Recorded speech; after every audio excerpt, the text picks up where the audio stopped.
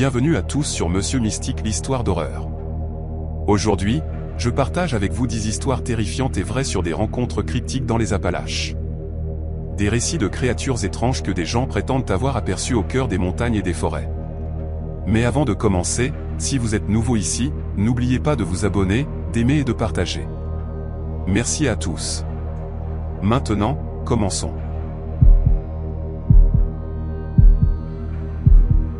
Mon cousin Lial avait une caravane perdue au-delà de Pinoloo, à environ 15 km de la route principale.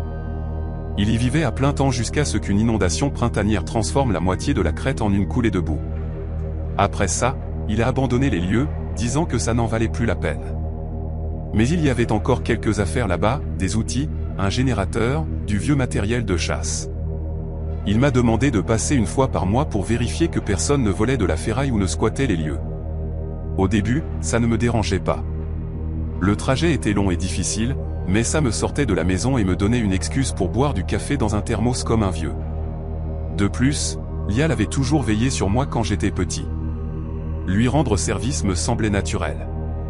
La caravane se trouvait sur une étroite route de gravier qui serpentait autour de la crête, cachée derrière une ancienne voie de transport de charbon. La route n'était plus entretenue, trop éloignée, trop de glissements de terrain. Le signal disparaissait à mi-chemin. Pas de GPS, pas d'appel, juste vous et ce qui vit dans ces bois. Ce jour-là, j'ai pris la route comme d'habitude, le lit de mon camion grinçant, le thermos sur le tableau de bord, un bidon d'essence à l'arrière. Je ne m'attendais à rien d'étrange. Je n'avais jamais eu de problème auparavant, mais la chaîne de la barrière était détachée. Pas cassée ni coupée, juste ouverte, oscillant légèrement dans le vent. J'ai ralenti, baissé la vitre et l'ai fixée un instant. Ça ne semblait pas normal.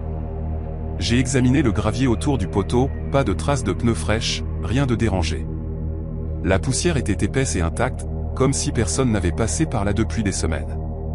Pourtant, j'ai pensé que Lial était peut-être venu et avait oublié de me prévenir. Il n'était pas très doué pour me tenir informé. J'ai refermé la chaîne et j'ai grimpé le sentier court vers la caravane. Le porche semblait identique, sauf qu'une des deux chaises en plastique avait disparu.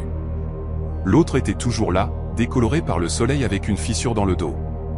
Celle qui manquait était toujours plus proche de la rambarde, là où Lial aimait s'asseoir pour fumer. À l'intérieur, ça sentait comme d'habitude, un mélange de pain désinfectant et de moisi. J'ai allumé la lampe à batterie, vérifié la bonbonne de propane, le raccordement d'eau et les panneaux du mur du fond, là où l'inondation avait un peu déformé le bois l'année précédente. Rien ne semblait anormal, sauf les bottes. Lial gardait toujours une paire de bottes en caoutchouc près de la porte arrière, noires, usées au talon. Ce jour-là, il y en avait 2 paires. La seconde était plus récente, d'un style différent, avec des semelles plus propres. Une légère odeur de plastique flottait encore autour, comme si elle n'avait pas beaucoup servi. Je suis resté là, les mains sur le mur, me demandant s'il avait oublié de me dire qu'il en avait acheté une nouvelle. Mais ça ne collait pas.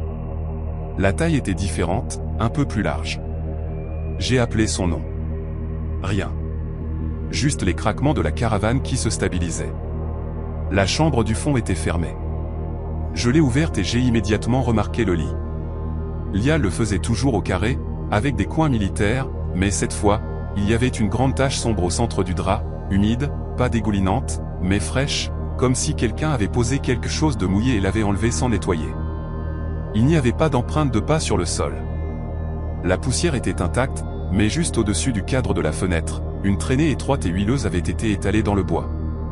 Juste une ligne, fine comme un doigt, qui attrapait la lumière d'une manière qui me donnait la chair de poule. Je ne suis pas resté longtemps, 15 minutes tout au plus. J'ai verrouillé la porte derrière moi, vérifié 2 fois. J'étais à mi-chemin des marches quand j'ai repéré la chaise manquante. Elle était couchée sur le côté dans les arbres, à environ 10 mètres en contrebas.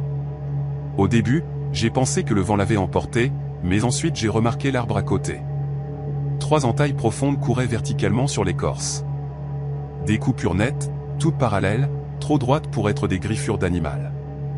Le bois en dessous était clair et brut. Ça semblait frais, comme si ce qu'il avait fait avait des griffes et n'hésitait pas à les utiliser. J'ai reculé lentement, le cœur battant dans ma gorge. Le camion sentait comme un tapis mouillé dès que je suis monté. Je ne l'avais pas remarqué à l'aller, mais maintenant, c'était fort, moisi, aigre et piquant. J'ai ouvert la vitre et je n'ai pas regardé en arrière. À 1 kilomètre plus loin, quelque chose a traversé devant mes phares. C'était rapide, à peine un aperçu, mais la forme était étrange. Trop grand, même voûté. Une peau grise, ni fourrure ni vêtements. Ses pieds se pliaient vers l'avant au milieu, presque comme des sabots, mais plus longs, plus flexibles, comme des articulations qui se pliaient dans le mauvais sens. J'ai serré le volant et je n'ai pas ralenti avant de revoir le bitume. Cette nuit-là, j'ai appelé Lial. Pas de réponse. J'ai réessayé le lendemain. Il a finalement répondu, groggy et confus. Il a juré qu'il n'était pas retourné là-bas depuis l'inondation. Je lui ai demandé pour les bottes. Il a dit qu'il n'en avait qu'une paire. Je lui ai parlé du lit. Il a dit que le toit était étanche, pas de fuite. Il semblait sincèrement confus, mais pas surpris. 2 mois plus tard, j'y suis retourné. Je n'y suis pas allé seul. Mon pote Evric est venu avec moi. C'est le genre de gars qui ne parle pas beaucoup mais remarque tout.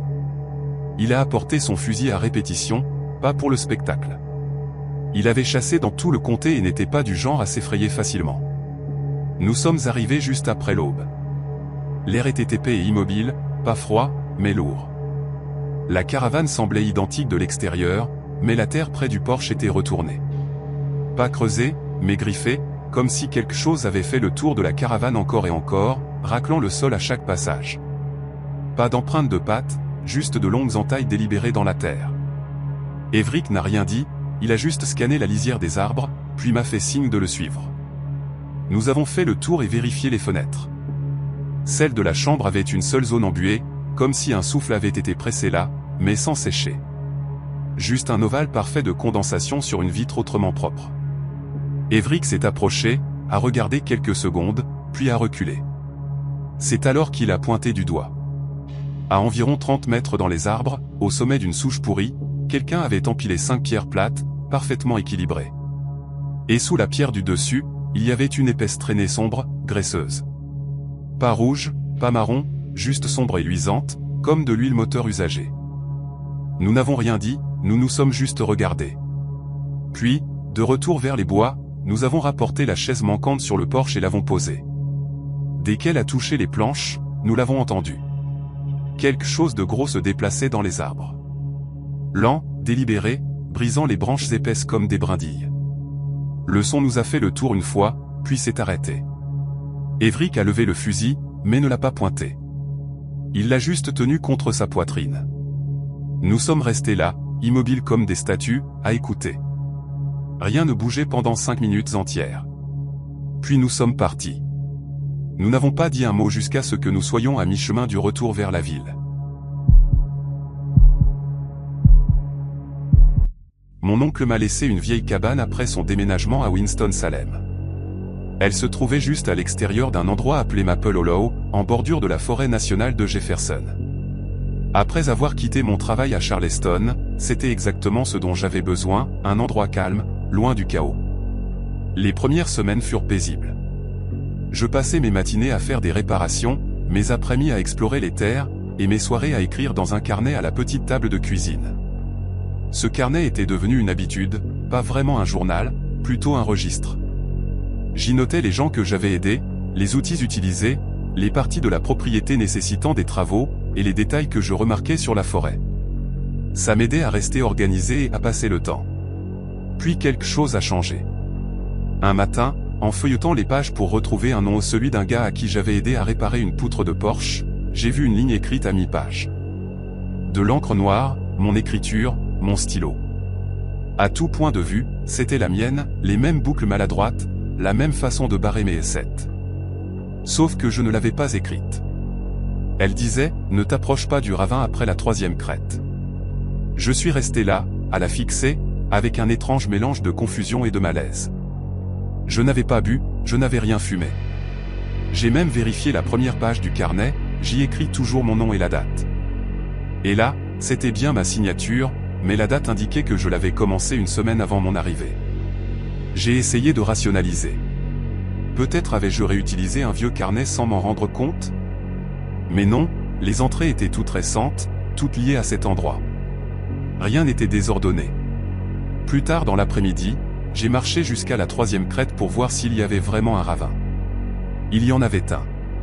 Étroit et encaissé, avec des parois abruptes et des bosquets de sapins baumiers pressés de chaque côté.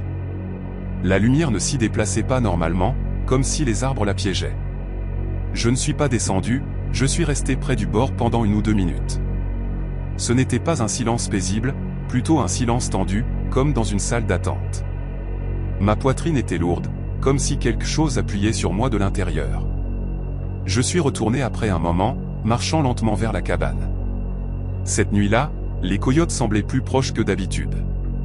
Pas seulement plus bruyants, mais plus proches. Je me suis réveillé plusieurs fois en pensant avoir entendu quelque chose frôler le porche.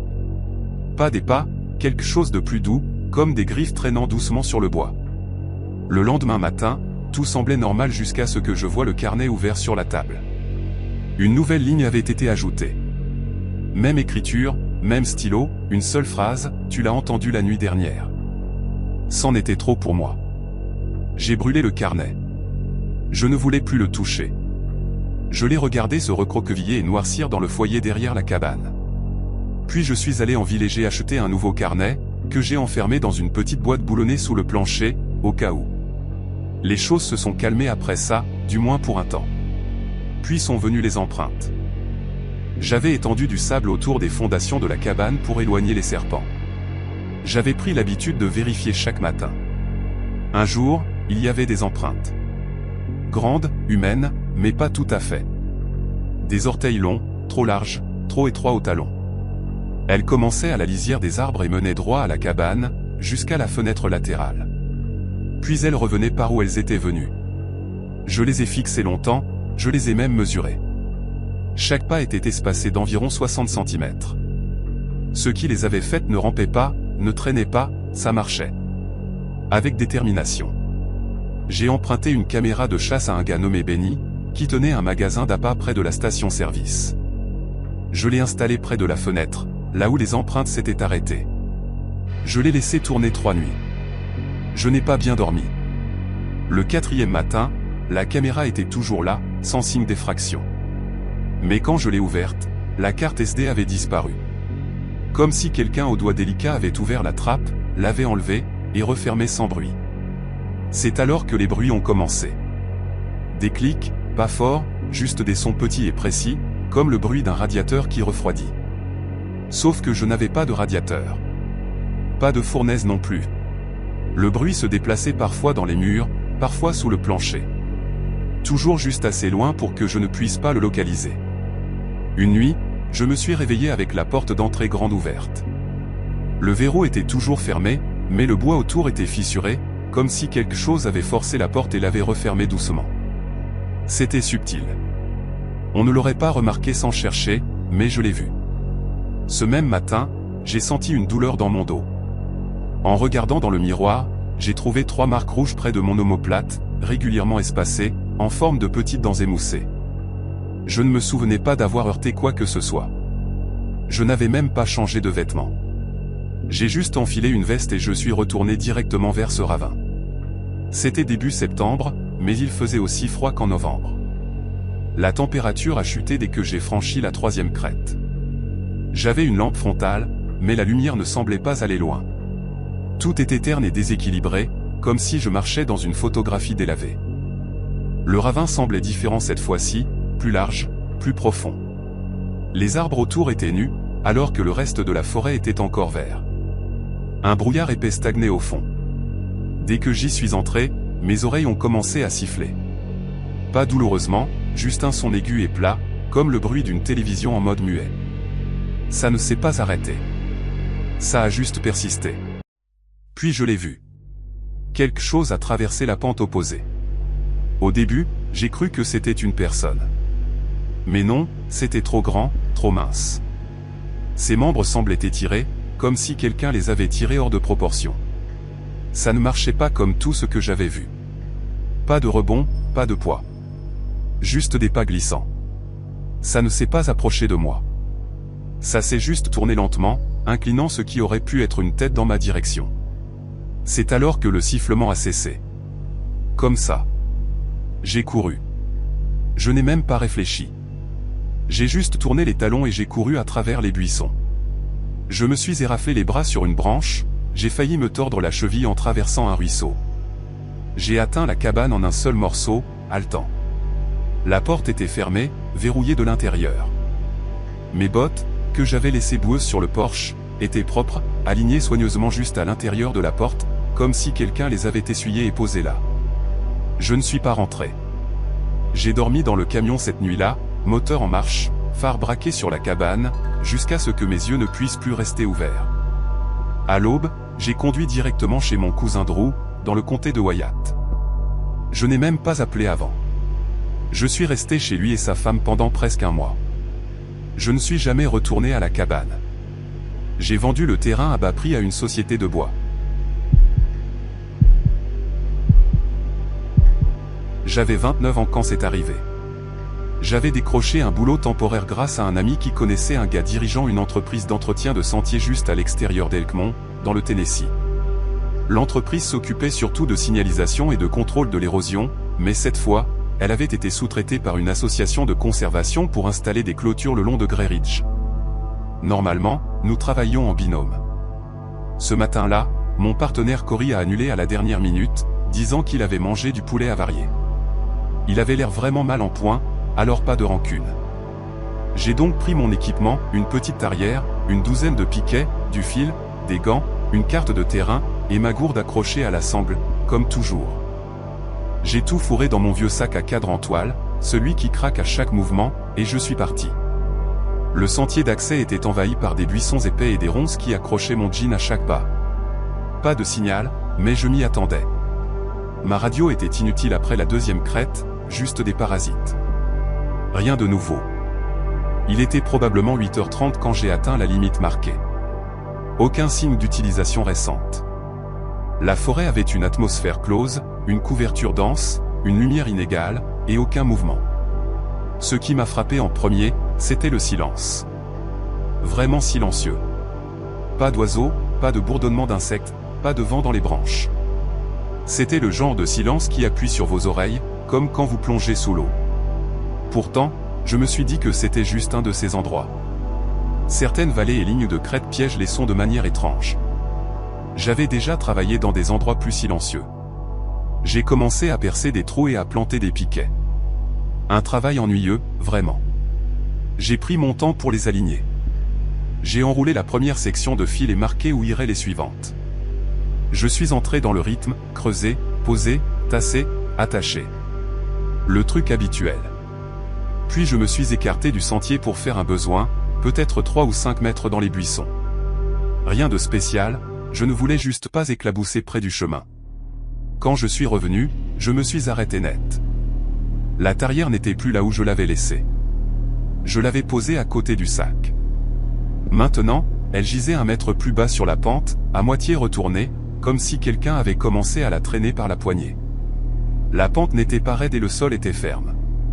Pas de flaque, rien qui aurait pu la faire glisser. Je suis resté là à la fixer, essayant de trouver une explication logique. Peut-être l'avais-je posée négligemment. Peut-être avait-elle roulé, mais elle était trop lourde pour ça. Pourtant, je me suis dit de ne pas trop y penser, je l'ai ramassée, j'ai secoué quelques feuilles et j'ai repris le travail. Ça a dû être mon signal pour partir. J'ai placé quelques piquets de plus, remontant la crête, quand j'ai remarqué qu'il me manquait une bobine de fil de tension. J'étais sûr de l'avoir remise dans le sac, mais elle n'y était pas. J'ai pensé que peut-être je l'avais posée et oubliée. J'ai fait quelques pas en descente. Et là, elle était, à environ 10 mètres, dans les buissons, à moitié déroulée en un arc parfait, comme si quelqu'un avait fait un geste du poignet et l'avait lancée.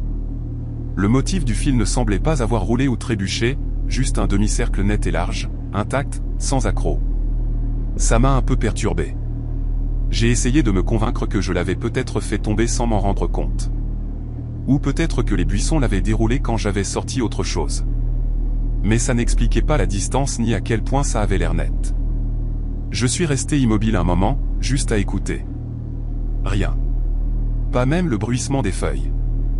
Juste cette même pression dans l'air, comme si la forêt retenait son souffle. J'ai ramassé le fil, tout remballé, et j'ai continué. Je ne voulais pas laisser le travail à moitié fait, mais j'ai décidé d'aller plus vite. juste pour le finir. J'ai peut-être avancé de 100 mètres avant que tout ne dérape vraiment. Je venais de poser un autre piquet. Je me suis écarté pour dégager des branches mortes du sentier. J'étais parti moins d'1 minute. Quand je me suis retourné, les 2 derniers piquets que j'avais plantés avaient disparu. Pas renversés, pas déplacés, disparus. Les trous étaient toujours là, nets et intacts, mais le bois avait simplement disparu. Je me suis arrêté. Mes mains tremblaient déjà avant même que je m'en rende compte. Je me suis retourné lentement, essayant d'attraper un son, un mouvement. N'importe quoi. Mais la forêt était silencieuse. Trop silencieuse. Je pouvais le sentir maintenant, comme une pression derrière mes côtes. Je n'étais plus seul. Je ne voyais rien, mais je savais que quelque chose m'observait. Ce n'est pas une sensation que je peux expliquer. C'était comme si les arbres retenaient quelque chose qui m'avait déjà vu. Qui avait déjà pris une décision à mon sujet. J'ai tout remballé plus vite cette fois. Pas d'emballage soigné, pas de vérification des sangles. Juste tout fourré et commencer à marcher en arrière. Sauf que le sentier n'était pas normal. Le virage près de la pente aurait dû mener à une ligne droite avec un petit creux de drainage. Au lieu de ça, je me suis retrouvé à la même limite marquée d'où j'étais parti. Je me suis retourné et j'ai refait mes pas, en regardant attentivement cette fois. J'ai compté les pas, cherché mes propres empreintes. Même virage à nouveau. Les arbres étaient les mêmes. L'inclinaison du terrain était décalée, comme si la pente tournait lentement sous moi, comme si la forêt avait changé juste assez pour me faire tourner sans bouger mes pieds. Et puis je l'ai vu. Une empreinte. Pas la mienne, pas une botte. Elle ressemblait vaguement à une empreinte humaine, large à l'avant. 5 orteils inégaux, mais le talon s'étirait trop, comme quelque chose qui marchait debout mais n'en avait pas besoin. La litière de feuilles autour était intacte. Pas de traces de glissade, pas d'empreinte partenaire d'un mouvement de marche. Juste une. Je me suis tenu juste à côté. Il y en avait une autre à quelques mètres, dans la direction opposée. Quelque chose s'était tenu là où je me tenais. Ça avait bougé, s'était arrêté, avait tourné, puis avait disparu. Mais le sol de la forêt était immaculé. Pas de chemin, pas de marque, comme si ça s'était évaporé dans l'air. Ma poitrine s'est serrée. Je me suis retourné et j'ai marché vite. En descente, peu importe ce que descente signifiait maintenant. Le sol sous moi semblait changer. À chaque pas, je devais ajuster mon équilibre. Après un moment, je me suis arrêté pour reprendre mon souffle et j'ai instinctivement attrapé ma gourde. Disparu. Je l'accrochais toujours à la même sangle. Je l'avais vérifié peut-être 15 minutes plus tôt. J'ai tourné sur moi-même, vérifié le sol, les buissons, rien. Puis j'ai vu une autre empreinte. Celle-ci à moitié cachée sous une branche de laurier des montagnes. Juste dans la terre molle que je venais de traverser. Fraîche, nette, et je n'avais entendu aucun bruit. J'ai couru. Les branches m'ont griffé les bras, et raflé le visage. J'ai lâché la tarière. Je ne me souviens même pas l'avoir lâché. J'ai sprinté en descente, espérant toujours être dirigé vers la route d'accès, mais la forêt n'avait plus de sens. Les arbres se répétaient. Je suis passé devant une souche que j'aurais juré avoir déjà vue 15 minutes plus tôt. Les sous-bois semblaient copier-coller. Ma poitrine brûlait, mes jambes me faisaient mal. Et puis je l'ai vu, là-haut sur la crête. À environ 5 mètres. Ce n'était pas grand, probablement un peu plus petit que moi, mais tout chez lui était faux. Ses membres étaient trop longs. La peau ressemblait à de l'écorce séchée, à moitié pourrie. Ça ne bougeait pas. Juste accroupi à moitié. La tête tournée vers moi, et ses yeux plats, profondément enfoncés comme des trous découpés dans un masque. Pas de brillance, juste du noir. Nos regards se sont croisés pendant une seconde. C'est tout ce que j'ai pu supporter. J'ai couru. Je n'ai pas regardé en arrière. Je n'ai pas ralenti. Finalement, les arbres se sont éclaircis. J'ai atteint le gravier, j'ai presque trébuché et je me suis précipité vers le camion de l'entrepreneur, j'ai tout vomi, j'ai vérifié l'heure. Il était juste l'après-midi. Je suis monté dans le camion et j'ai conduit directement jusqu'au dépôt. Dan m'a demandé si j'allais bien. J'ai dit que je me sentais malade. Il n'a pas insisté. Après ça, je ne suis jamais retourné sur ce site.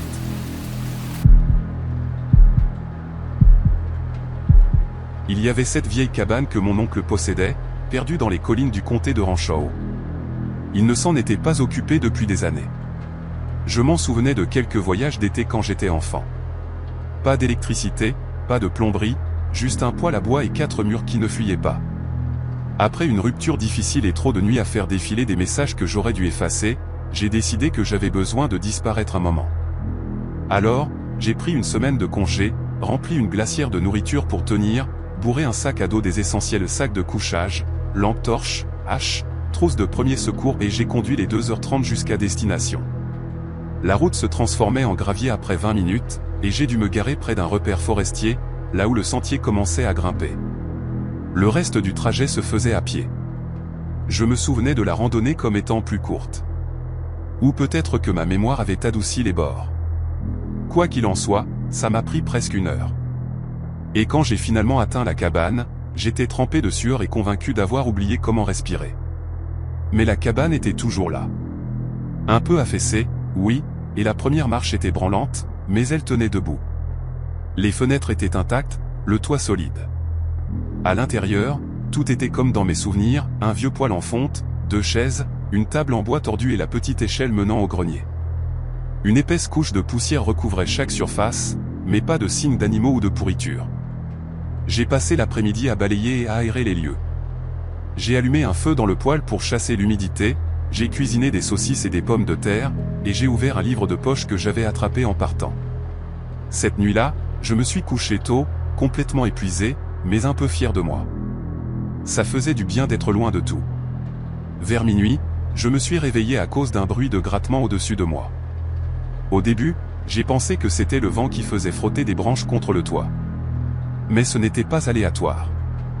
Il y avait un rythme, comme si quelqu'un traînait son pied, s'arrêtait, puis traînait à nouveau.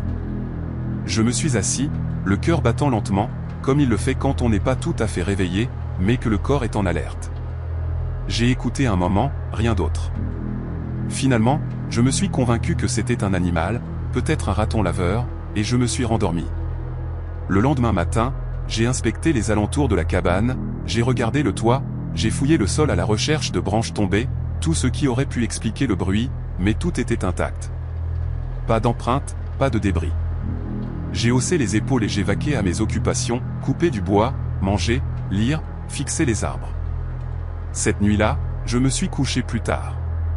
Peut-être que je voulais me prouver quelque chose.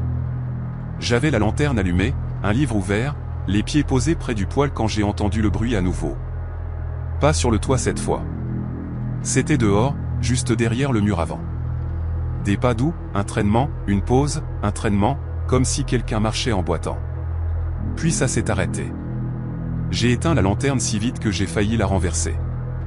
Le feu émettait juste assez de lumière pour dessiner la silhouette de la fenêtre près de la porte. Je l'ai fixée, retenant presque mon souffle. Après 1 minute, peut-être moins, peut-être plus, je n'en sais rien, quelque chose est passé devant la fenêtre. Juste une ombre, grande, large, là pendant un battement de cœur, puis disparu. Je n'ai pas bougé. Je ne suis pas sorti. Je suis resté là, la main sur la hache, le dos pressé contre le mur jusqu'à ce que la lumière revienne. Quand je suis finalement sorti le lendemain matin, tout semblait normal. Les oiseaux chantaient, le vent dans les arbres, cette sorte de normalité cruelle qui vous fait douter d'avoir imaginé tout ça. Mais la fenêtre était à 2 mètres du sol. Ce qui s'y était tenu devait être plus grand que ça. Un cerf ne pouvait pas faire ça. Un ours ne bougerait pas comme ça. Et rien n'aurait dû être aussi silencieux. Pourtant, j'ai essayé de me secouer. Je suis descendu au ruisseau, je me suis lavé, j'ai même ri un peu de moi-même pour avoir laissé les bois me perturber. Les gens paient pour ce genre de silence, non? Je suis resté dehors plus longtemps ce jour-là, je ne suis revenu qu'au coucher du soleil. Cette nuit-là, j'ai verrouillé la porte, puis j'ai poussé la table devant. Pas que ça aurait arrêté quoi que ce soit de sérieux, mais ça me faisait me sentir un peu mieux. Vers 2 heures du matin, j'ai entendu des coups. Pas des pas, pas des traînements, des coups. 3 tocs doux et délibérés sur le mur derrière mon lit. Cette partie de la cabane donnait sur la fenêtre du grenier, une petite lucarne encastrée dans le toit, face aux cimes des arbres. Je ne l'avais pas ouverte, je ne l'avais même pas nettoyée. Je suis descendu du lit, chaque pas semblant durer 1 heure. Je suis monté à l'échelle, j'ai collé mon visage à la vitre. Il n'y avait rien, juste du brouillard et des branches. Je suis resté dans le grenier le reste de la nuit, la hache à la main, sans même essayer de dormir. Le lendemain matin, j'ai décidé que j'en avais assez. Peu importait si ça me faisait passer pour un lâcheur. J'ai fait mes bagages rapidement, j'ai bien serré mes lacets, et je suis sorti. À 20 mètres de la cabane, je me suis figé. Le sentier était différent. Je suis resté là un long moment à essayer de comprendre. Les arbres avaient l'air identiques. L'air sentait pareil, mais le sol ne s'abaissait pas là où il aurait dû, et le gros rocher qui marquait d'habitude le virage avait disparu. Je me suis retourné pour vérifier mon orientation. La cabane n'était plus là. J'ai juré avoir fait un tour complet, regardé exactement là où elle aurait dû être, et il n'y avait rien, juste des bois. La panique m'a submergé comme une vague. J'ai couru en arrière, sans m'arrêter, rien. Pas de clairière, pas de bâtiment, juste des arbres. Et le pire, c'est qu'il n'y avait aucun son, pas d'oiseaux, pas d'insectes, juste ce lourd silence mortel qui pesait de tous côtés. J'ai attendu, je me suis dit que le soleil bougerait, me donnerait une direction. Il ne l'a pas fait. Je suis resté assis pendant des heures, je pense. Le soleil est resté bas au-dessus des cimes, figé, comme si quelqu'un avait appuyé sur pause. Finalement, j'ai commencé à marcher, pas vers quelque chose, juste loin. Je ne sais pas combien de temps j'ai marché. Des heures, des jours, ni l'un ni l'autre. Je n'ai pas eu faim. Je n'ai pas eu sommeil. Je ne ressentais rien. À un moment, j'ai revu la cabane, mais elle était différente. La cheminée avait disparu, le cadre de la porte était vide. La fenêtre était toujours là, mais à travers, l'intérieur semblait creux. Pas de poêle, pas de meubles, juste un sol en terre et une souche d'arbre au milieu. Carbonisée, comme si elle avait brûlé et été oubliée. Je ne suis pas entré. J'ai reculé lentement, les yeux rivés sur la fenêtre jusqu'à ce que les arbres la cachent à nouveau. Puis j'ai couru. La prochaine chose dont je me souviens, c'est que j'étais allongé dans un fossé à côté d'une route de terre, à peine conscient. Un fermier passant par là a vu mon sac et s'est arrêté. Il a dit que j'avais l'air d'avoir erré là-bas pendant des jours. Quand j'ai vérifié ma montre, elle indiquait que j'étais parti depuis une seule journée. 2 semaines plus tard, j'y suis retourné avec mon oncle.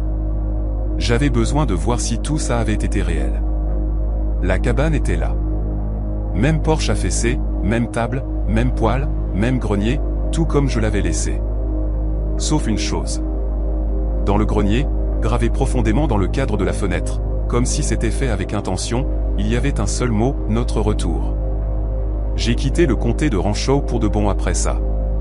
J'ai déménagé à 3 états de là. J'ai changé de numéro. Je n'ai jamais raconté l'histoire complète à personne jusqu'à aujourd'hui.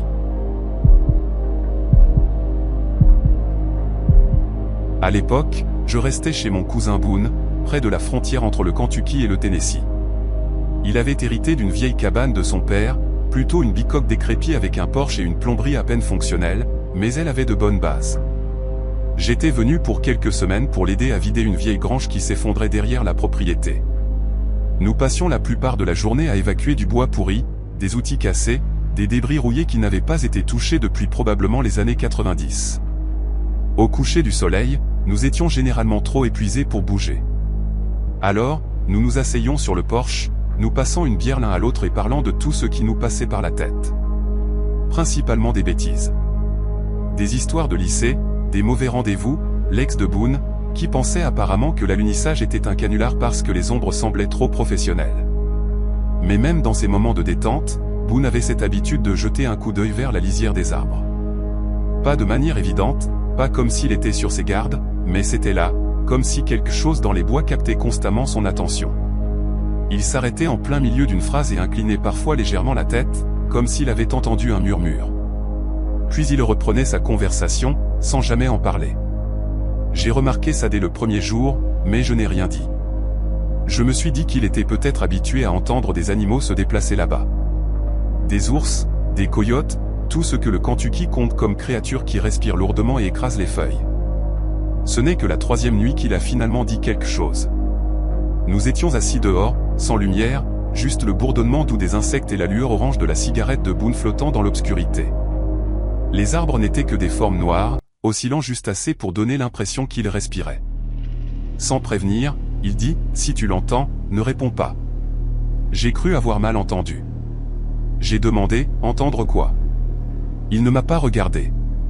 Il a juste tiré une autre bouffée et laissé la fumée s'échapper lentement. Ce n'est pas une chose à qui on parle.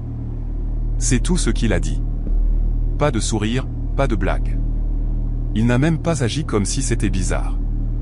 Juste dit ça, comme il pourrait dire à quelqu'un de ne pas laisser de nourriture sur le porche à moins de vouloir attirer des ratons laveurs. Je n'ai pas insisté. Boone a une manière sèche de faire. Et parfois, il dit des trucs bizarres juste pour voir comment on réagit, mais ça ne ressemblait pas à ça. Il n'y avait pas cette ironie habituelle dans sa voix. Juste quelque chose de froid et de plat, comme s'il me donnait une règle. Le lendemain matin, Boone est parti en ville pour chercher des fournitures, des outils, de l'essence, peut-être plus de bière. Je suis resté pour trier la dernière pile de planches pourries près de la grange. J'ai travaillé la plupart de la matinée, puis j'ai décidé de marcher le long de la limite de la propriété. Je n'en avais vu que des morceaux et je voulais me faire une idée de là où la terre se terminait. Boone avait mentionné une fois de ne pas s'embêter avec la crête nord. Il avait dit que c'était envahi par la végétation et difficile à traverser, qu'il n'y avait rien d'intéressant là-haut, mais il n'y avait ni clôture ni marqueur. Et je n'avais rien d'autre à faire. Alors, bien sûr, je suis allé vers le nord. Ça a commencé normalement. Juste des bois denses et des sous-bois. Un terrain de randonnée typique. Quelques vieilles canettes de bière près d'un tronc d'arbre, probablement des restes de feu de camp du lycée des années auparavant. Plus j'avançais, plus ça devenait épais. Pas seulement la végétation, l'air. Il semblait plus lourd. Comme parfois avant un orage, quand le ciel n'a pas encore décidé s'il va s'ouvrir. Mais le ciel était clair. La lumière a aussi changé. Elle filtrait à travers les feuilles de manière inégale et hachée, comme si la canopée était mal cousue. Une seconde claire, la suivante comme au crépuscule. Ça donnait l'impression que tout était plus profond qu'en réalité. Puis j'ai entendu la toux. Pas un son d'animal. Trop humain. Sèche, comme du papier de verre raclant le fond d'une gorge. Juste une, venant de quelque part au-delà d'un épais bosquet de pins. Je me suis figé et j'ai écouté. Ça a recommencé, plus rauque cette fois. Ça ressemblait à quelqu'un de malade essayant de ne pas faire de bruit. Ma première pensée a été pour Boone. Peut-être qu'il était revenu par un autre sentier et me faisait une blague. J'ai appelé d'une voix décontractée, et « c'est toi ». Mais je n'ai eu aucune réponse. Juste ce silence étrange quand les bois deviennent morts. Je suis resté là quelques secondes de plus, puis j'ai décidé de revenir. Pas parce que j'avais peur, exactement, juste un malaise. Comme si quelque chose clochait dans la géométrie des lieux, et que je ne voulais pas savoir pourquoi. Puis j'ai entendu mon nom. Pas crié, juste prononcé. Calme, familier. C'était la voix de Boone, sans aucun doute. Même ton, même intonation, mais ça ne semblait pas juste. Ça a frappé mes oreilles de travers, comme un enregistrement trop nettoyé. Pas de bruit de fond, pas de souffle, trop lisse. Je n'ai pas bougé. Ça a répété mon nom. Exactement pareil. Même rythme, même pause entre les syllabes, comme si on appuyait sur rejouer dans un mémo vocal.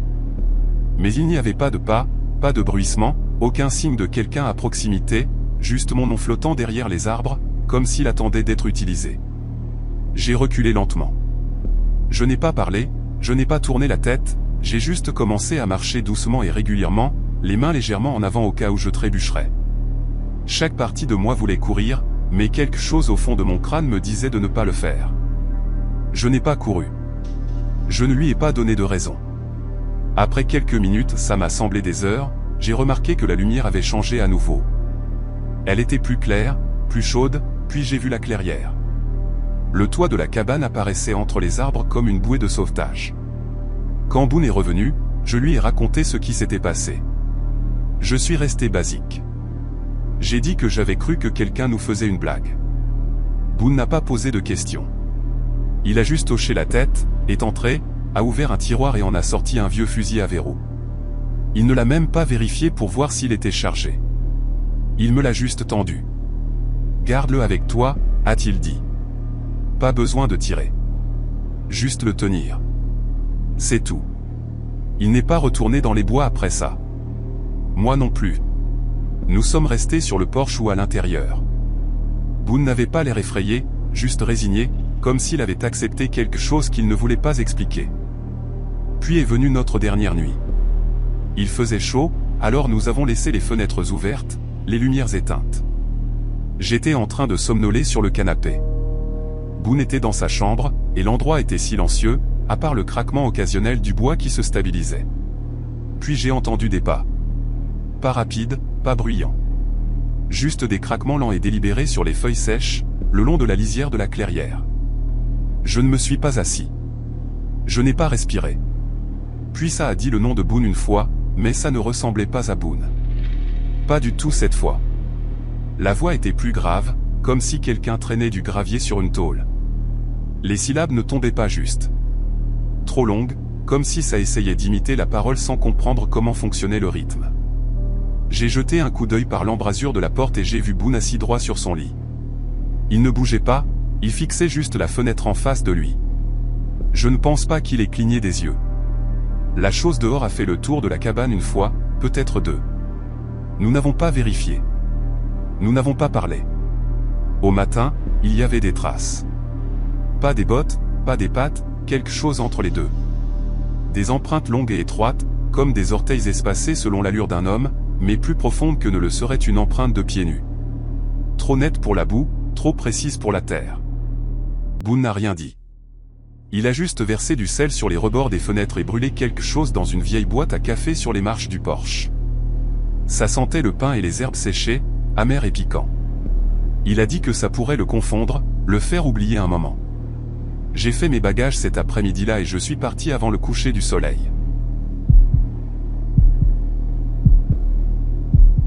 J'avais 22 ans quand tout ce bizarrerie est arrivé. Ma cousine Léa avait décroché un boulot de maintenance pour rénover de vieilles cabanes près de Red Veil. Elle avait besoin d'aide, m'a proposé du cash sous la table, et j'ai dit oui, surtout par ennui. Pendant un moment, c'était plutôt cool. Nous avancions lentement sur la propriété, nettoyant les bâtiments un par un. La plupart étaient en mauvais état, trous dans les toits, oiseaux nichant dans les placards, porches si affaissés qu'on les sentait céder sous le poids. Pourtant, il y avait quelque chose d'agréable à être là-bas. Pas de circulation, pas de délai, juste le son des outils et des arbres. Début juillet, nous étions arrivés aux 3 dernières cabanes. Celles-ci étaient plus isolées, regroupées au pied d'une crête basse, un peu plus à l'écart que les autres. Les 2 premières étaient un terrain connu, plus de décomposition et de problèmes de nuisibles. Nous avons plaisanté en disant que l'une sentait comme si un opossum était mort dans les poutres, et que l'autre abritait un écureuil si audacieux qu'il nous observait depuis le grenier comme un propriétaire inspectant ses employés. Une bizarrerie normale. Puis nous sommes arrivés à la 3e. Cette cabane se trouvait un peu à l'écart des autres, derrière une courbe dans les arbres. Pas loin, mais on ne la remarquait pas à moins de savoir où chercher. Léa a tout de suite remarqué quelque chose d'étrange. Sur sa carte, un croquis à la main des archives de l'église, seulement 2 bâtiments étaient indiqués dans cette section, pas 3. Elle a vérifié à nouveau, retournant la page comme si la cabane pouvait s'y cacher. Mais non, 2 structures. Pourtant, en voici une 3e, aussi évidente que le jour. Elle ne semblait ni plus récente ni différente. Les planches étaient aussi grises et usées par les intempéries. Le toit s'affaissait comme les autres, et le lierre avait grimpé sur un côté. Pourtant, je me souviens du silence qui régnait alors que nous marchions vers elle. Pas seulement le calme habituel de la forêt, mais celui qui vous donne envie de retenir votre souffle sans savoir pourquoi. À l'intérieur, c'était vide. Pas saccagé, pas abandonné. Vide, comme si personne ne l'avait jamais utilisé. Juste 4 murs, un plancher et de la poussière. Pas de chaise, pas de crochet au mur, pas même un clou où quelqu'un aurait pu accrocher un miroir. Pas de signe de souris ou d'insectes. C'était comme si quelqu'un avait construit une cabane et oublié de lui donner un but. J'ai demandé à Léa si elle pouvait avoir été reconstruite, mais elle s'est accroupie et a gratté la plainte avec son ongle. Même vieux bois, même fondation en pierre que les autres. Pourtant, nous nous sentions tous les 2 bizarres. Pas effrayés, exactement, juste déstabilisés. Nous sommes partis tôt ce jour-là, nous disant que nous reviendrions frais le lendemain matin. Comme si le faire en premier rendrait les choses plus faciles. Le lendemain, nous sommes retournés avec plus d'outils, de la peinture, des bâches supplémentaires, une nouvelle scie circulaire. Léa avait apporté un vieux poste de radio qui captait à peine une station, mais c'était mieux que le silence. Nous l'avons laissé diffuser un grésillement et une musique country lointaine pendant que nous travaillions. Ça aidait à atténuer l'atmosphère. Vers midi, Léa est retournée au camion chercher plus de fournitures. Je suis resté pour continuer à travailler sur l'une des fenêtres. J'étais en train de poncer le bord de la pluie quand j'ai entendu des pas derrière moi. Lent et clair, comme si quelqu'un traversait le plancher avec précaution, essayant de ne pas me surprendre. Je me suis retourné, m'attendant à moitié à voir Léa. L'embrasure de la porte était vide. J'ai attendu. Rien. J'ai pris une inspiration, je suis sorti. Les bois étaient immobiles. Pas d'oiseaux, pas d'insectes. Pas de vent. Un silence de mort, le genre qui vous donne la chair de poule. J'ai appelé. Pas de réponse. Quelques minutes plus tard, Léa est revenue, traînant les bâches sur son épaule. Je lui ai demandé si elle avait oublié quelque chose et était revenue pour me faire une blague. Elle a secoué la tête. Je l'ai cru. Cette nuit-là, nous avons séjourné dans une petite location à 10 minutes de route. L'un de ces chalets de bord de route qui semble charmant jusqu'à ce que vous remarquiez le papier peint qui s'écaille derrière la commode. Je n'ai pas pu dormir. Vers 3 heures du matin, je me suis levé pour aller aux toilettes. La petite fenêtre au-dessus du lavabo donnait sur les bois. En me lavant les mains, j'ai vu un mouvement dans l'obscurité. Quelque chose rampait le long de la lisière des arbres. Pas vite, pas maladroit non plus. Ça se déplaçait comme si ça avait un but. Trop grand pour être une personne. Trop long pour être un chien.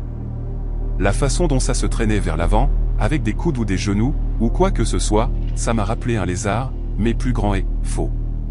Je me suis baissé hors de vue, le cœur battant, j'ai attendu 1 minute, puis une autre. Ça avait disparu. Je n'ai plus dormi de la nuit. Au petit déjeuner, Léa avait l'air aussi mal en point. Je n'ai même pas eu besoin de demander. Elle a juste dit qu'elle avait rêvé de cette 3e cabane, qu'elle marchait en cercle à l'intérieur, entendant quelque chose gratter sous le plancher. Pas un cauchemar, a-t-elle dit, juste quelque chose qui tournait en boucle, comme si son cerveau ne pouvait pas chasser l'image. Nous n'avons pas beaucoup parlé sur le chemin du retour. Les bois semblaient normaux à nouveau. Les oiseaux étaient de sortie, les insectes bourdonnaient. C'était presque un soulagement. Ce sentiment de malaise s'était dissipé, mais j'ai tout de même surveillé la lisière des arbres plus que d'habitude. Léa a commencé à travailler sur les marches pendant que je suis entré. J'ai pensé que je pourrais arracher quelques planches tordues dans le coin avant de peindre. Juste une réparation standard. J'ai coincé un pied de biche et j'en ai soulevé une. Quelque chose a bougé en dessous. Pas un insecte, pas une racine, quelque chose de plus gros. Je me suis figé, j'ai lâché le pied de biche, j'ai fait un pas en arrière. Léa a dû entendre le bruit.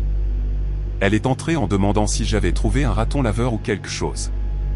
J'ai juste pointé du doigt. Sous cette planche se trouvait un trou. Un trou parfait creusé droit dans la terre, d'environ 1 mètre de large. Juste assez grand pour qu'une personne puisse s'y faufiler. La terre semblait fraîche, pas effondrée ni tassée. Les bords du bois au-dessus étaient déchirés. Des entailles profondes, comme si quelqu'un ou quelque chose avait essayé de se frayer un chemin à travers. Pas des éraflures. Des entailles. Elle a baissé son téléphone avec la lampe torche allumée. La lumière a frappé quelque chose de pâle, comme une main ou la courbe d'une épaule. Ça s'est déplacé hors du faisceau avant que nous puissions voir ce que c'était. Nous avons cloué la planche en place. Maladroitement. Nous n'avons pas parlé pendant un moment. La randonnée pour sortir a été pire que d'habitude. On avait l'impression de ne pas avancer. Les arbres ont commencé à avoir l'air familier, d'une manière déjà vue. Léa s'est arrêtée brusquement et a dit que nous étions passés devant le même arbre mort. Il avait 7 branches tordues qui se divisaient en un Y parfait. Elle a arraché un morceau de ruban adhésif et l'a collé sur le tronc. 10 minutes plus tard, nous l'avons repassé. Nous avons quitté le sentier, coupé directement en descente à travers les buissons et les épines jusqu'à atteindre la vieille clôture de l'église. Nous n'avons pas parlé. Nous n'avons pas arrêté. Nous n'avons pas regardé en arrière. Nous avons laissé tous les outils derrière nous. Cette nuit-là, juste après 2 heures, j'ai reçu un message vocal de Léa. Sa voix était basse, tremblante. Elle a dit que quelqu'un avait frappé à la fenêtre de sa chambre. Puis elle a dit, je vis au 2e étage. C'est tout. Elle a déménagé le lendemain matin. Elle n'a dit à personne où elle allait, elle a juste disparu. Je suis resté à Red Veil encore une semaine. J'ai à peine dormi. Chaque petit bruit me faisait sursauter. Alors, nous sommes partis. Et ça a suffi. J'avais 29 ans quand c'est arrivé. Je travaillais en freelance dans l'est de Redvine, principalement pour un arpenteur, Clay. Un type bien, qui payait à temps. Nous délimitons des lots privés pour des acheteurs, traçons d'anciennes lignes, balisons des propriétés pour des promoteurs, tout ce dont les gens ont besoin pour garder leurs actes en ordre. Je le fais depuis quelques années, assez longtemps pour connaître le terrain local comme le fond de ma poche. Ce boulot est arrivé fin octobre, juste après que les feuilles aient commencé à tomber dru. Nous avons reçu une demande d'un couple à la retraite, Daryl et Johanna Cartwright. Ils avaient hérité d'un morceau de terre au-delà de Holston Ridge et prévoyaient de construire une cabane saisonnière. Normalement, je serais parti avec Vince, mon partenaire habituel. Nous travaillions bien ensemble, il gérait le GPS et les notes, moi je déblayais les broussailles et balisais les arbres. Mais ce matin-là, il a appelé pour dire que sa fille avait fait une mauvaise chute de la balançoire et s'était fracturé le poignet. Il se rendait à l'hôpital. Pas de remplaçant disponible, et Clay avait besoin que le travail commence cette semaine-là. Alors, j'ai dit que j'irais seul. Ce n'était pas la première fois que je faisais une randonnée en solo. J'avais déjà géré des lots arrière et des coins boisés seul. Il suffit de bien se préparer, eau supplémentaire, bonnes bottes, plans imprimés et une boussole physique, car les téléphones deviennent inutiles une fois que vous êtes à plus d'1 kilomètre dans le vallon. Je suis parti tôt ce matin-là. La route d'accès n'était guère plus qu'un bas-côté de gravier avec un vieux portail rouillé fermé par une chaîne. Je me suis garé sur le côté, j'ai signé les papiers d'accès à la terre que les Cartwright avaient laissés sous une pierre et j'ai commencé à marcher. La première partie était facile, principalement dégagée, avec une pente douce. Après environ 1 heure, j'ai repéré le premier repère. C'était l'un de ces vieux piquets en bois avec un ruban rose décoloré en haut, à moitié pourri et à peine droit, mais il comptait toujours. Je l'ai noté, fait un rapide contrôle GPS, puis j'ai commencé à me diriger vers le nord-est, là où le 2e piquet aurait dû se trouver. C'est alors que je l'ai entendu. Ça venait de dessous moi sur la pente. Un rire aigu et soudain, presque comme celui d'un enfant, mais trop clair. Ça ne ressemblait à aucun rire d'enfant que j'avais entendu auparavant. Trop fort, presque forcé, comme si quelqu'un essayait d'imiter un enfant, mais poussait trop loin. Puis le silence. Je me suis figé une seconde. J'ai balayé les arbres du regard. Les sous-bois étaient épais, avec quelques sentiers de cerfs serpentant entre des branches tombées et des vieilles pierres. Ça aurait pu être un autre randonneur. Ça aurait pu être quelqu'un qui campait illégalement. Peut-être même des enfants qui s'amusaient. J'ai appelé un simple bonjour. Rien. Je suis resté là encore 30 secondes, attendant d'entendre quelqu'un bouger, répondre, rire à nouveau. Aucune réponse. Aucune feuille ne bruissait. Juste le craquement habituel des arbres dans le vent et le faible son de l'eau d'un ruisseau en contrebas. Finalement, je l'ai attribué à quelqu'un qui passait et j'ai repris le travail. J'ai avancé, attaché un nouveau ruban à l'emplacement du 2e repère et continué à suivre l'ancienne ligne de propriété. J'avais peut-être fait un autre kilomètre, vérifiant soigneusement les angles, me faufilant à travers les fougères et les sous-bois, quand j'ai senti une odeur. Elle m'a frappé fort et s'est accrochée à l'air comme un mélange de poils de chien mouillé et de viande avariée. J'étais déjà tombé sur des cerfs en décomposition, et ce n'était pas très différent, mais il y avait quelque chose de plus ancien, plus aigre que pourri. J'ai regardé autour de moi, m'attendant à voir une carcasse, mais il n'y avait rien. Pas d'os, pas de traces de charognard, pas même de vautour au-dessus. Puis j'ai repéré le 3e piquet, et juste derrière, enroulé autour d'un pin bas, se trouvait l'un des rubans oranges que j'avais attachés plus tôt. Mais je n'avais pas fait demi-tour. J'avais marché en ligne droite vers le nord-est. Mes notes étaient claires. Mes angles correspondaient. Il n'y avait pas de boucle dans mon itinéraire. Et pourtant, voici un ruban que j'avais attaché 20 minutes plus tôt. J'ai sorti ma boussole. Le nord était toujours le nord. Mais quelque chose n'allait pas. La pente derrière moi semblait différente, comme si j'étais entré dans une version miroir du terrain. Mes notes ne correspondaient pas. Les points de repère que j'avais notés n'étaient pas là où ils auraient dû être. C'est alors que mes mains ont commencé à devenir moites. Juste cette tranquille montée de terreur. J'ai refait mes pas lentement, traçant cette fois des marques de craie sur les troncs d'arbres pour être sûr. 15 minutes plus tard, je suis passé devant le même tronc couvert de mousse, les mêmes fougères écrasées, et à côté, une empreinte de botte dans la boue. J'ai vérifié l'angle. Je n'avais jamais fait demi-tour, et pourtant, d'une manière ou d'une autre, j'avais fini par marcher en cercle. Je me suis assis, j'ai enlevé mon sac, j'ai bu de l'eau, j'ai essayé de ralentir ma respiration, je me suis dit que je m'étais trompé de chemin, que ça arrivait plus souvent qu'on ne le pensait. J'ai attendu, écoutant, mais la forêt était trop silencieuse. Pas d'écureuils, pas d'oiseaux, juste le léger craquement des arbres et l'occasionnelle brise douce. L'air semblait différent, dense, comme marcher à travers de la vapeur chaude de linge. Et cette odeur, elle revenait par vagues.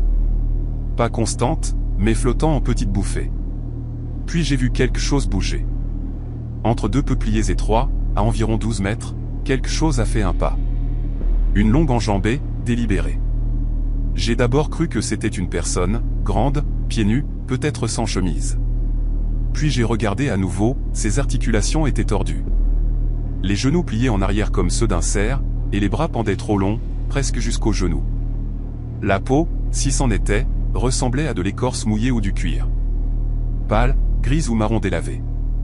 Pas de cheveux, pas de vêtements. Et là où son visage aurait dû être, il n'y avait qu'une surface lisse comme la forme d'une tête pressée dans de l'argile et jamais terminée. Je l'ai fixé pendant peut-être 30 secondes. Ça n'a pas bougé à nouveau. Puis ça a légèrement changé de position et j'ai réalisé que c'était plus près qu'avant. Je ne me suis pas enfui. Je n'ai pas parlé. Je me suis levé, j'ai rangé ma gourde et j'ai recommencé à marcher. Ni vite, ni lentement, juste régulièrement.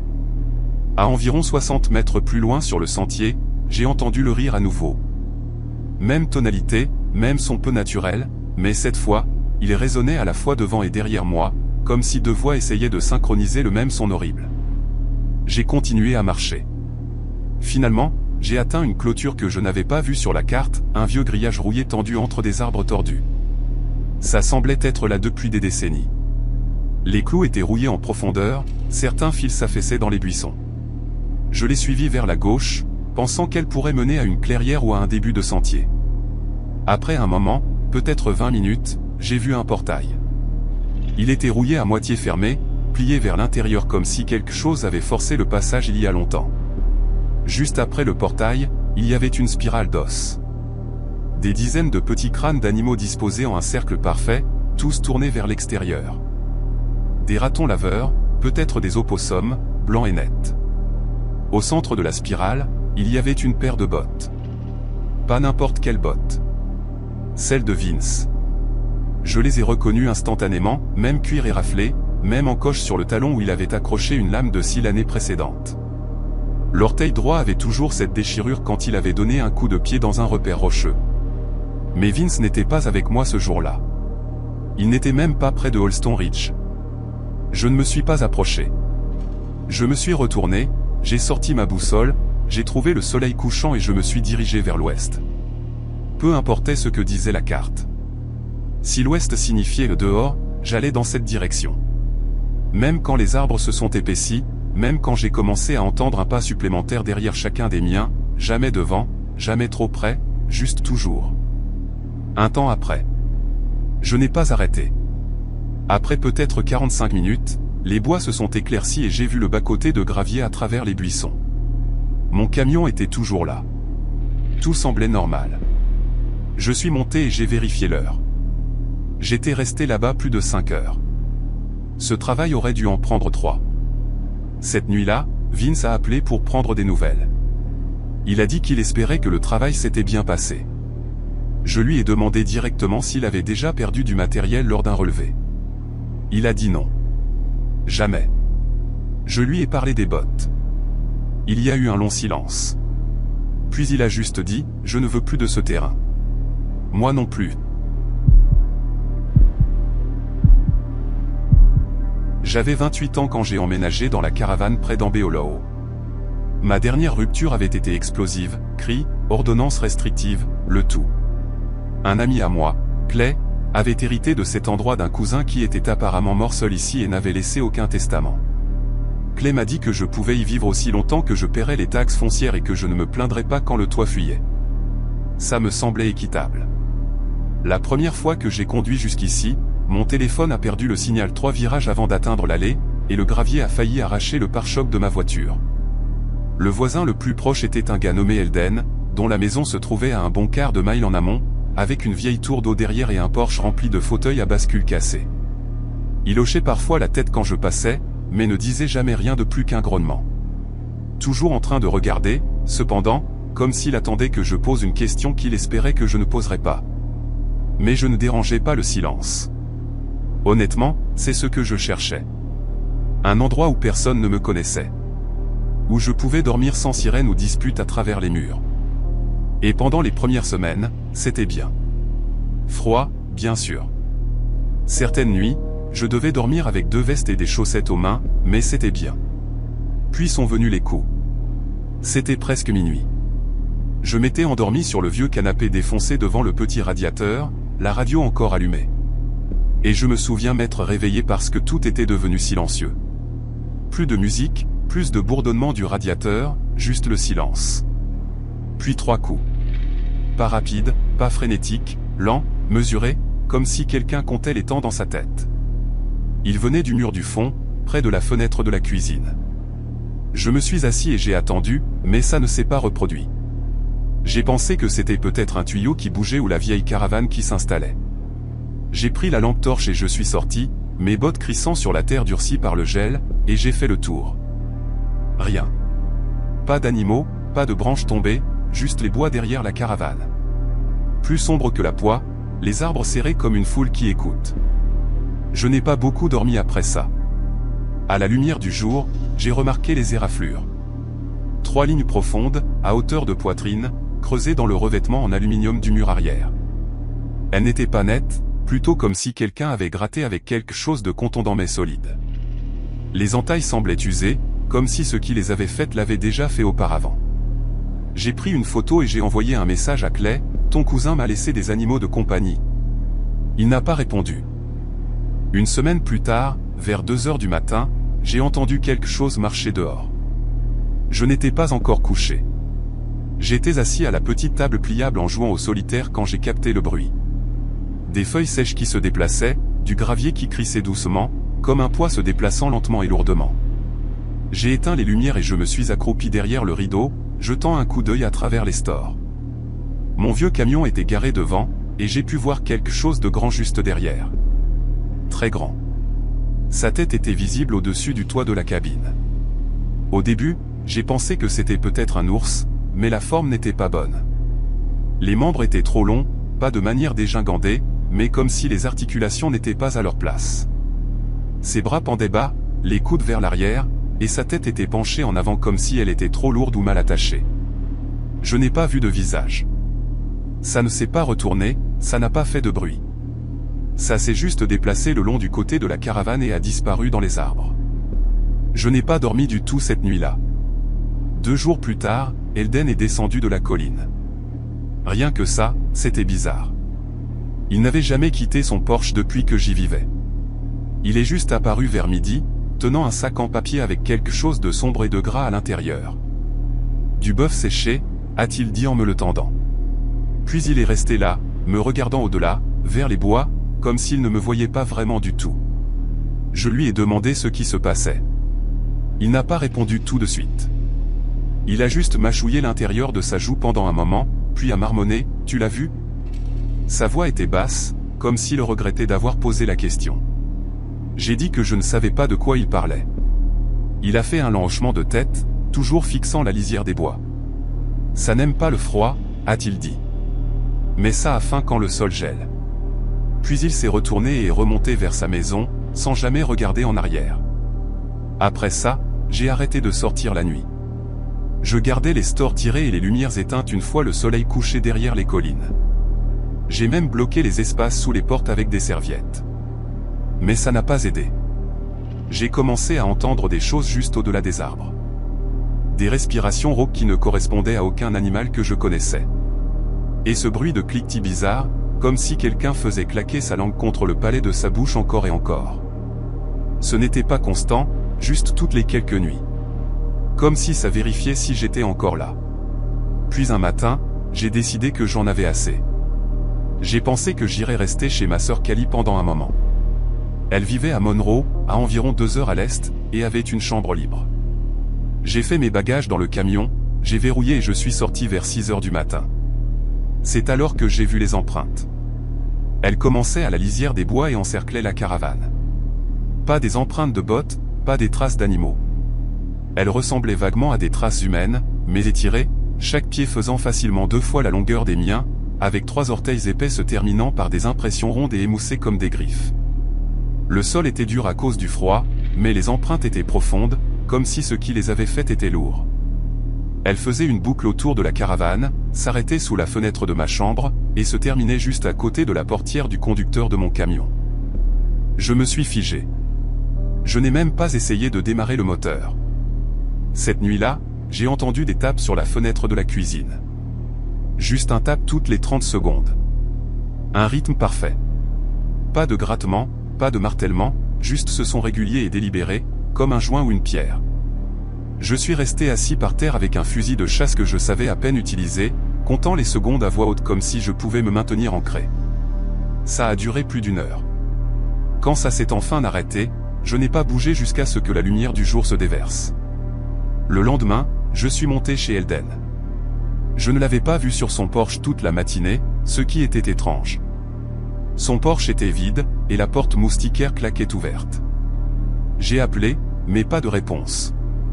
L'odeur m'a frappé à mi-chemin des marches. Pas vraiment de la pourriture, plutôt comme du poil mouillé, des pièces de monnaie et du bois brûlé. À l'intérieur, c'était le chaos. Chaque meuble était déchiré et jeté de côté comme du petit bois. Les murs étaient dépouillés jusqu'au montant par endroits. L'isolation était arrachée en morceaux emmêlés. Tout semblait avoir été tourné en cercle, arraché de l'extérieur vers l'intérieur, ou peut-être de l'intérieur vers l'extérieur. Mais au centre de la pièce, juste sous le ventilateur de plafond, le plancher était intact. Une seule empreinte marquait les planches là. La même que celle que j'avais vue près de mon camion. Je suis parti en ville cet après-midi-là. Je ne me suis pas arrêté pour faire mes bagages. Je n'ai même pas fermé la porte derrière moi. J'ai appelé Clay depuis la station-service sur l'autoroute et je lui ai dit que j'avais terminé. Je lui ai envoyé les clés par la poste.